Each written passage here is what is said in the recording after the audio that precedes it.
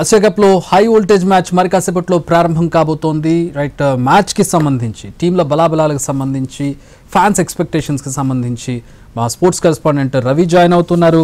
రవి, ఇంతకు ముందున్నంత వైబ్, ఇంతకు ముందున్నంత బజ్ కనిపించడం లేదు మనకి ఎక్కడ ఇండియా పాకిస్తాన్ మ్యాచ్ అన్నప్పుడు.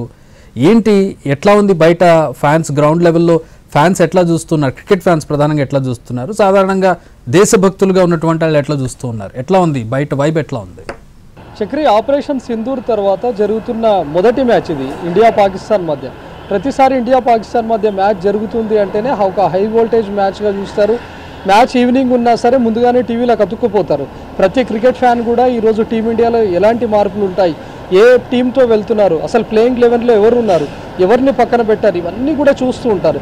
ఈవెన్ వాళ్ళ సొంత టీంలా ఫీల్ అవుతూ టీవీలోకి అతుక్కుపోయి మరీ చూస్తుంటారు. మ్యాచ్ ఎప్పుడెప్పుడు స్టార్ట్ అవుతుందా. ఈవెన్ టాస్ పడినప్పుడు కూడా ఖచ్చితంగా బ్యాటింగ్ తీసుకుంటే బాగుండు, లేకపోతే బౌలింగ్ తీసుకుంటే బాగుండు అని చెప్పి ప్రతి ఒక్క క్రీడాభిమాని టీవీకి అతుక్కుపోయేవాళ్ళు. కానీ ఆపరేషన్ సింధూర్ ఎఫెక్ట్ మాత్రం ఈ మ్యాచ్పై క్లియర్గా కనిపిస్తుంది. అటు ఆసియా కప్లో జరుగుతున్న ప్రతి మ్యాచ్ను వీక్షిస్తున్నటువంటి సగటు క్రికెట్ ఫ్యాన్ కూడా ఈరోజు ఇండియా పాకిస్తాన్ మ్యాచ్కి మాత్రం సపోర్ట్ చేయట్లేదు.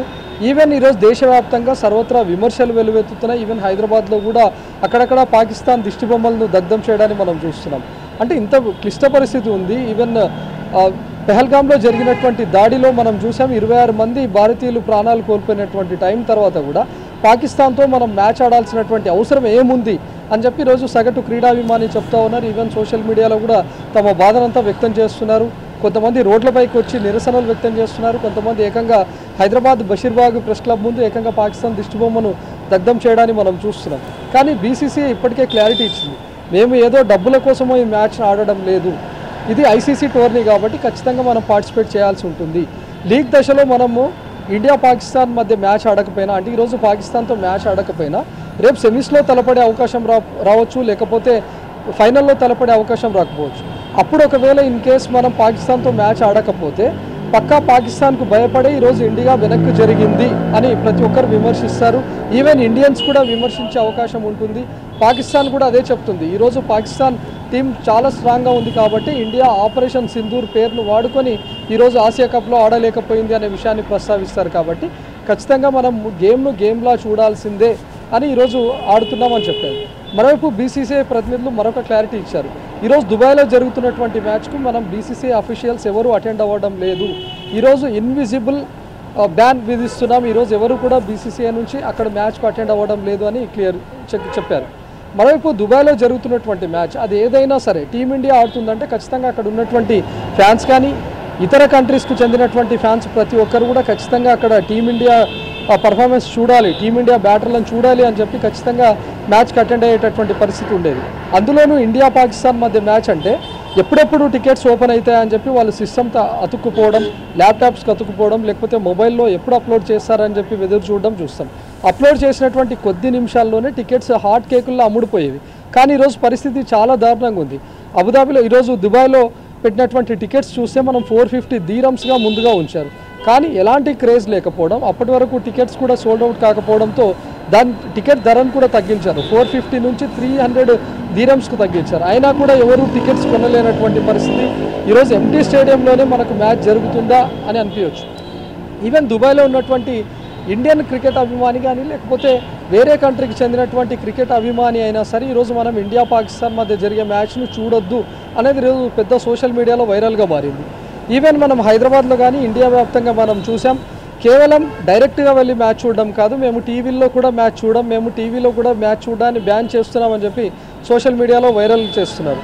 అంటే ఇన్విజువల్ బ్యాన్ను ప్రకటించుకున్నాం, మేము స్వయం ప్రకటితంగా బ్యాన్ చేశాం, ఈరోజు ఇండియా పాకిస్తాన్ మధ్య మ్యాచ్ జరుగుతుంటే మేము చూడమని చెప్పి ప్రకటించినటువంటి పరిస్థితి చక్రి. అయితే ఎప్పుడైతే టికెట్స్ ఓపెన్ అవుతాయో హాట్ కేకుల్లో అమ్ముడు పోవడం మనము దుబాయ్లో చూసాం. ఈవెన్ హైదరాబాద్లో చూస్తే పరిస్థితి, దుబాయ్లో జరుగుతున్నటువంటి మ్యాచ్ కూడా హైదరాబాద్లో జరుగుతుందా, హైదరాబాద్ ఉప్పల్ స్టేడియంలో జరుగుతుందా అని తలపించే విధంగా క్రికెట్ ఫ్యాన్స్ హంగామా ఉండేది. ఉదయం నుంచి పెద్దమ్మ తల్లి టెంపుల్లో కానీ లేకపోతే ఫేమస్ టెంపుల్స్ ఏవైతే ఉన్నాయో సిటీ వ్యాప్తంగా అక్కడక్కడ పూజలు నిర్వహించేవాళ్ళు. ఈరోజు ఖచ్చితంగా ఇండియా విజయం సాధించాలి అని చెప్పి పూజలు నిర్వహించేవాళ్ళు.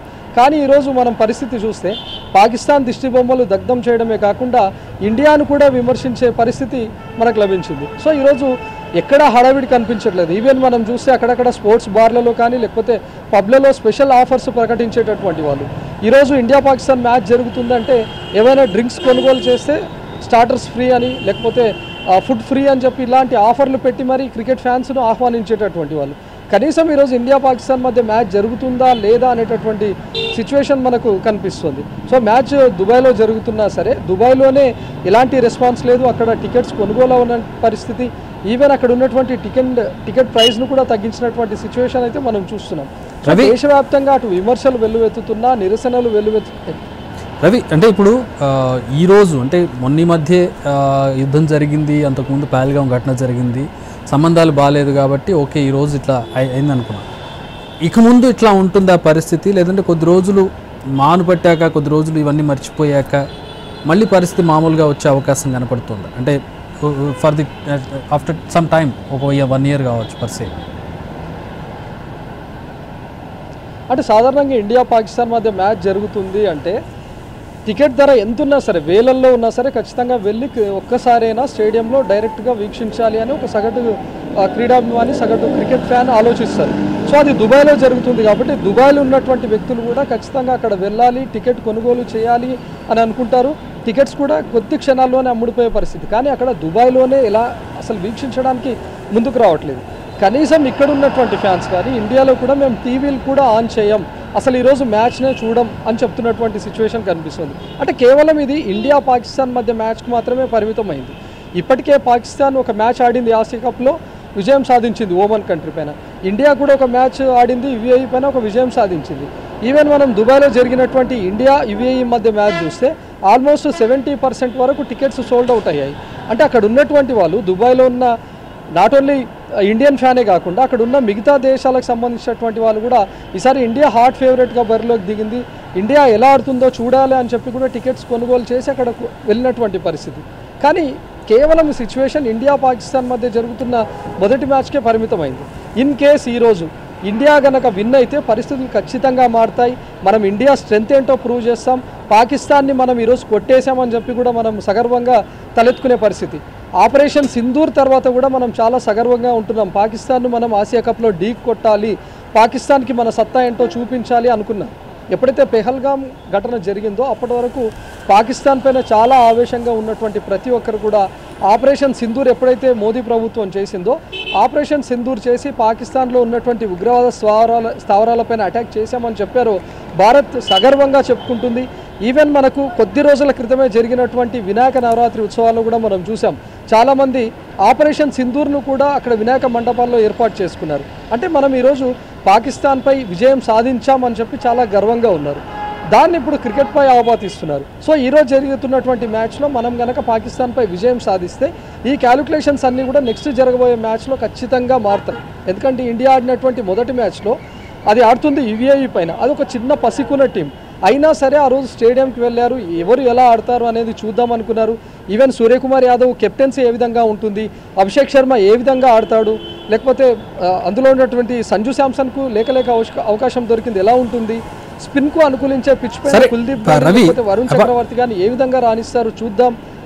సరే అభిమానులు చూస్తారా లేదా, దేశభక్తులు చూస్తారా లేదనే పక్కన పెడితే మ్యాచ్ ఇస్ మ్యాచ్ జరగబోతుంది ఈరోజు, అది నిజం.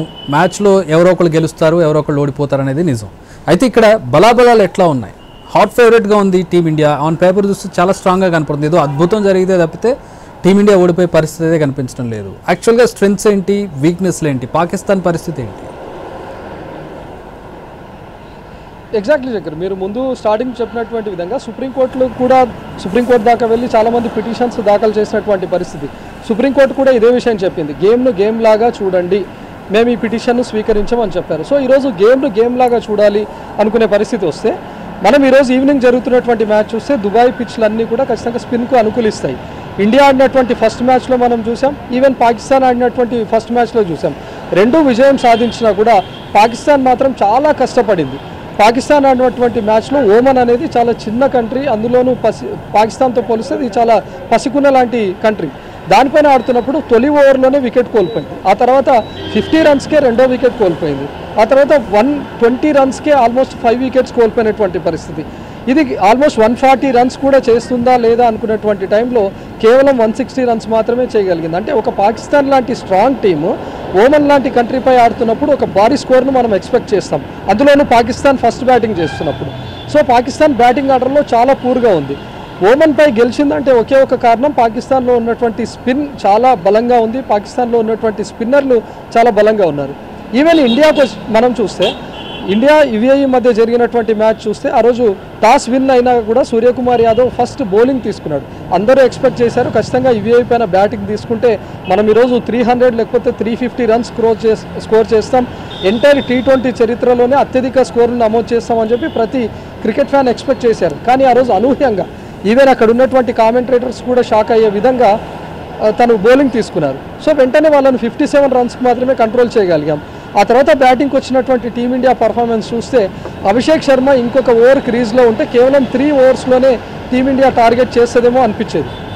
సో ఎంటైర్ ఈరోజు ఆసియా కప్లో మనం చూసినా లేకపోతే ప్రస్తుతం ఆసియా కప్లో ఆడుతున్నటువంటి టీమిండియాను మనం చూస్తే టీమిండియా చాలా బలంగా కనిపిస్తుంది. అటు బ్యాటింగ్లో కానీ బౌలింగ్లో కానీ దుబాయ్ పిచ్లో అక్కడ స్పిన్కు అనుకూలిస్తాయి కాబట్టి మనం స్పిన్లో కూడా చాలా బలంగా ఉన్నాం.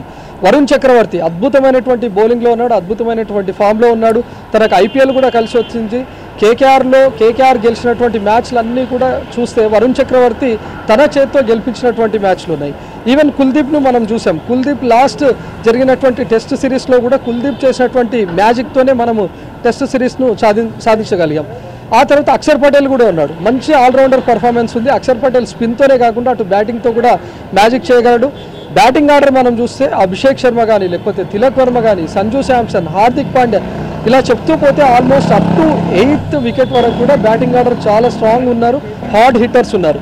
పాకిస్తాన్పై మనం టాస్ విన్ అయి ఫస్ట్ బ్యాటింగ్ తీసుకున్నా కూడా 300 రన్స్ స్కోర్ చేసే విధంగా బ్యాటింగ్ లైనప్ మనకుంది చక్రి. ఈవెన్ ఒకవేళ పాకిస్తాన్ ఫస్ట్ బ్యాటింగ్ చేసినా వాళ్ళని ఈజీగా 150 లోపు కట్టడి చేసే స్పిన్ లైనప్ కూడా మనతో ఉంది Chakri. All right, thanks for the updates and analysis Ravi.